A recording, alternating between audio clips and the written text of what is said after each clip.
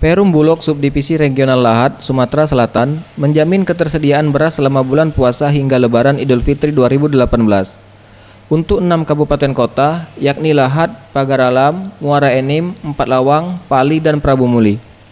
Hal tersebut disampaikan Kepala Perum Bulog Subdivisi Lahat, Yonas Haryadi, saat ditemui di ruang kerjanya. Yonas mengungkapkan, stok untuk 2 bulan ke depan aman. Saat ini Perum Bulog Subdivisi Lahat memiliki persediaan sebanyak 1.600 ton beras dan segera akan ditambah lagi sebanyak 500 ton.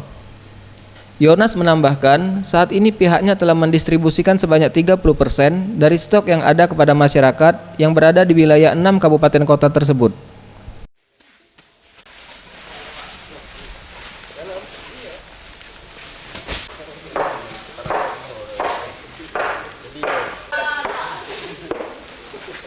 Persediaan stok beras kita cukup, Mas. Kita punya stok di gudang kurang lebih 1.600 ton dan ada stok di perjalanan masih 500 ton lagi.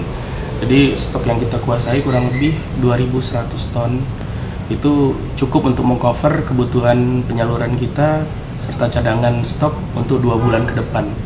Jadi otomatis untuk pasokan stok kebutuhan selama bulan Ramadan dan Lebaran serta pasca Idul Fitri, stoknya aman terkendali.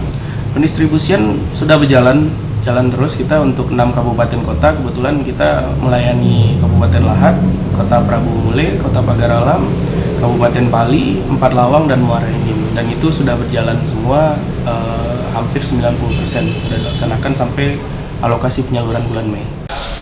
Sejauh ini kondisi ketersediaan beras di pasaran di wilayah Lahat dan sekitarnya masih stabil. Jika terjadi ketidakstabilan harga di pasaran, pihak Bulog mengaku siap menggelar operasi pasar.